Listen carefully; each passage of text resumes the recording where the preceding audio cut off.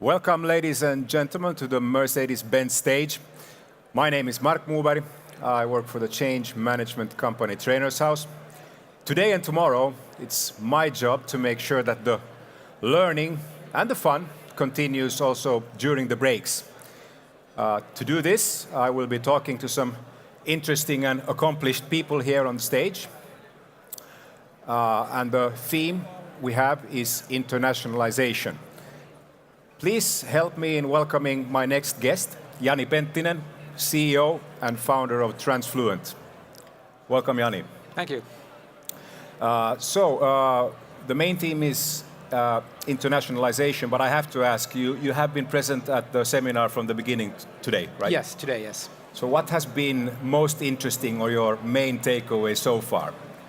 Well, I think the overall theme, basically the discussion goes around like we're all going to lose our jobs, and I mean I find it fascinating because it's basically true, and like that everyone is talking about from different angles and how that is going to shape our life, and some are more like doom and gloom, but I think overall the group that we have here is going to be the people who will ensure that we will have a future with just a different type of jobs, basically for all of us.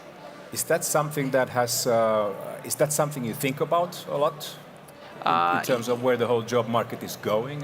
Yeah, it is something that, well, you look at the news, you hear what's going on, and you see, like, in the US where I live, we have the presidential election going on, and the major driving force behind Trump right now is the fact that a lot of people have lost their jobs and are afraid of their jobs.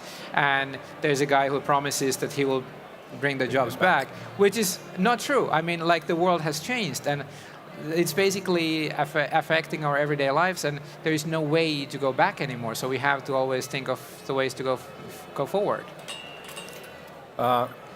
Your company, Transfluent, is not, sorry, it was from in 2011. Yes. So it's 5 years old now.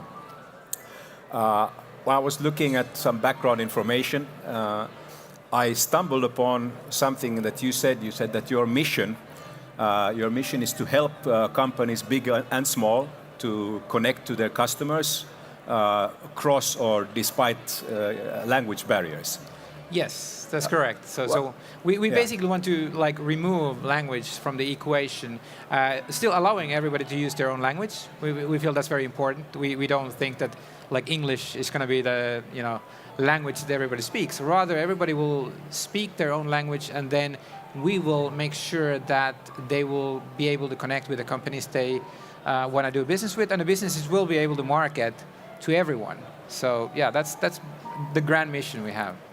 I don't know if this might be an unfair question, because sometimes when you are passionate about something, you might not know why. It might be a post hoc rationalization that you just think of good reasons. But can you trace back if the origin, or at least some source of why this is important to you when you say that you are on such a mission? Well, yeah, I can take actually a wild guess on where it came to me. I don't think there's any logical reason for it, but I have spent my life living in different countries. I spent a couple of years in China, and I don't speak Chinese. And I lived in Switzerland, and I don't speak German or French. And well, actually, they don't speak German either. Fair enough. Never mind. Fair enough. But so I've been in environments, and I've been actually running businesses in environments where I rely on language translation services all the time. And you go out to shopping, or whatever you do in your daily life, you realize that you cannot really get service in your own language. And that kind of highlights, obviously, when you are in a different country, you're supposed to learn the language. So it's my fault, but at the same time, it makes me understand. You have people moving around the world more and more. You have a lot of foreigners in Finland, for example. And it wouldn't be that big of a deal for Finnish companies to be providing their, say, marketing materials, especially online, in various European languages, the main Asian languages. It would be pretty easy, technically. And all those people who live here right now would be much happier. And they might even want to stay and longer. They'd live happier life here, which would actually benefit the society as a whole. So I think it comes from my own experience on what it feels like to not being able to understand anything out there. That's really interesting. By the way, I don't know if you are into official, or as a company, if you are into official visions or mission statements. I did notice, however, that this mission that I just referred to, Yeah. it's on your personal LinkedIn profile. I Yeah. couldn't find it in the company about us on your website. Is it? Yeah, I think like we've actually been changing direction a little bit recently. We've more become like more like a translation company. Earlier we were more, I would say, communications company. So I think the mission statement has probably been removed. You know, it's still like the vision I have. It may not be the official company vision statement anymore, but yeah, a fair point. Oh, I'm not saying that you need to have one. That's always that. I mean, Yeah. it's your company.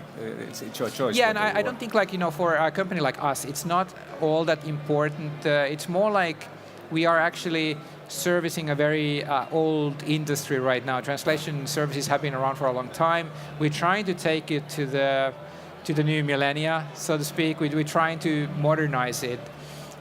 There isn't like the type of mission behind it in a way.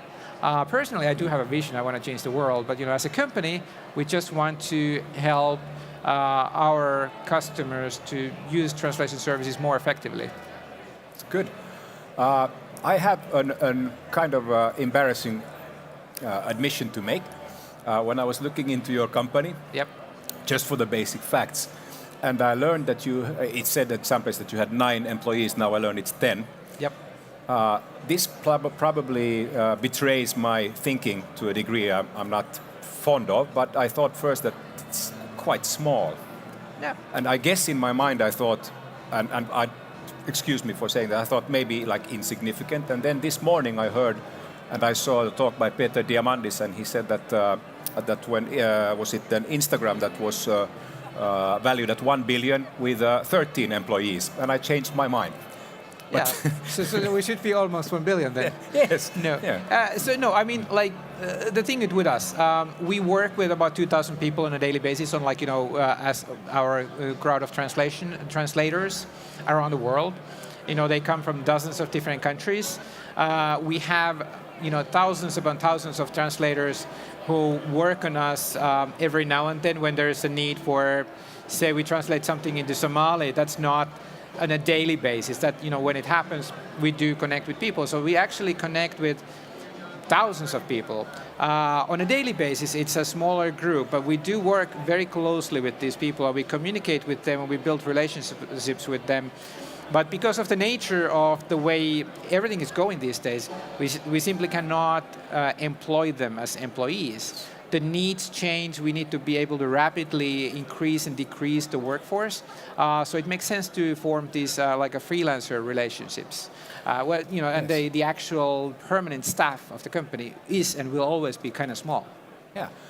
I'm actually very interested in how that business model works. And now that I listen to you, I thought of a question or an issue maybe. How do you maintain a high quality with such a, in a way, loose kind of network? The people who are actually doing the work are, like you said, it's on a freelance base. How does that work?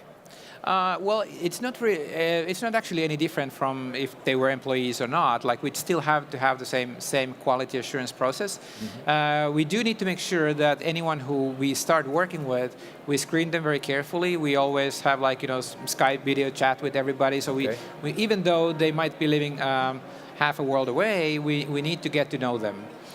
We need to learn their strengths, and we need to know, like, in what type of projects they would be more qualified to work with. And we obviously, when we start working with, we still, no matter how we screen, we won't know how good they are until they do their work. So we, for the first number of jobs they do for us, we always then hand over to another translator that we already know. Okay. They will review the work before it goes to the customer. So we kind of have to build the trust over time. And yes, you're right, quality is one of the most important things in our field, because when you are buying translation service, you usually have no way of knowing if it's good or not, because the reason you're using the service is because you can't read the language. So you have to be able to have 100% confidence in us. And so we have to be sure we never let our customers down either. Having used translation services a little bit, I don't know if just been making bad choices, but I've been fairly disappointed too often, I must say. Yeah, there are. The quality in the industry varies, and that's one of the concerns we also have, that we do want to improve at consistency in the industry, and because we also care about the reputation of translators. But the other part is that one of the most important aspects on the quality, how do you get good quality on translation, is how well do you prepare the translator beforehand? Like, for example, if you felt, let's say you translated a blog post and you felt that was too literal translation, then did you actually tell the translator you want them to have some freedom and make, creative translation? If you didn't, then, you might have been disappointed. And there's various other examples of where the translator may be making assumptions if you don't fill them with the information. Yeah. They usually work under a tight deadline. They just have to get the work done. So we try to always help the customers also to set the expectations for the translator, and also tell basically tell the customer on what they should be expecting, because we just translate. We can't really create. And there's a saying: the translation can never be of better quality than the source. So fair enough. And probably also the way you brief, just like you said, has a big impact. If we take this back to the, we've been on the international because of the way you work, but if we take it back tightly to the theme, internationalization, what, for you personally, have been the biggest learnings in your very international career and background, be it from China or Switzerland or wherever? Well, I think a pretty big surprise to me was that, people are the same everywhere. Like, the business is the same everywhere, and the same rules apply. Say, China is a very, very different country from, say, the US. But when you start breaking it down to pieces, in both countries, you start by networking. You start by building relationships with other people before you can actually do any business. And you just do it different ways slightly because the cultures are different, but the basics of doing business everywhere is just about the same. It's just very important that you go where you need to do business with. You can't do it remotely all the time. That's the biggest finding, I think. It's all the same anywhere you go, but you need to go there. Just the path might differ. Exactly, and you kind of need to experience it firsthand to find the right way to navigate. But anyone being afraid, say, I'd like to go to Silicon Valley, or I'd like to go to China, but I'm afraid of going. Just don't be. Just go and do it. It's surprisingly easy when you go and actually, hit your head on a wall a few times, and things actually start happening. Now, looking back at these 5 years, what element of what you have accomplished so far together with your colleagues and, I guess, customers and the network of freelancers, what are you most proud of? What are you most happy about? Well, I guess we haven't quite done it yet as a company, but I'd say I'm proud of the fact that after 5 years, we've doubled our revenue every year. We've been building a business. We have a lot of happy customers, which proves that, wherever we may end up with the company, at least we've been on a right track so far. We're doing the right thing. It matters to people, and it matters when you get feedback from, some e-commerce site owner, small business saying that, thank you, without you, we wouldn't be able to do this, because now we are able to actually sell to enough countries to make profit. Then on those moments you feel we are a boring translation service provider, but at the same time we changed lives. So, Well, during the 19 years that I have been working more or less at what I'm doing now, if not today, then I have learned a few things. One thing is that there is no such thing as a boring person or a boring company. Yeah, I mean, the business, if you think of a business, it's very hard to get anyone excited about, say, translation service, but then we can turn it into something exciting. But the basics is boring for many people. And it's just our job to make it engaging and exciting, and, I understand the underlying premise. It's just that I probably thought that way myself, but over time, being exposed to all kinds of projects and companies and people above all else, I've noticed that there is really no such thing for instance, as boring people. Some people just let you come close quite quickly, and others not. It takes time. Right. But let's see. I have a bunch of questions. We don't have that much time, so I need to be selective here. Oh, you said that you are happy about the way things have been going, and clearly you have been making great progress, both in terms of customer satisfaction and the numbers. You said wherever we might end up, is there a goal in your mind, be it a number or be it, where would you like to see you end up, so to speak? Yeah, I mean, like when I look at the world right now, the translation is still, like we're just scratching the surface. We haven't really made that big of an impact like on a global scale. So we obviously want to make a bigger impact. We do want to conquer the market. We want to be able to serve a lot more. And if we actually end up seeing us leading the way and then others following, so that we actually lead a real permanent change in the way the industry works, I'd say that would be a pretty good goal. As a startup, there's always a question: Are you going to exit one day? Are you going to sell the company? We have no plans of that. Like we're still on a path right now. I mean, we may sell one day. We may end up IPOing. Maybe we stay independent forever. But we do want to make a bigger impact and reach more people and grow what we're doing.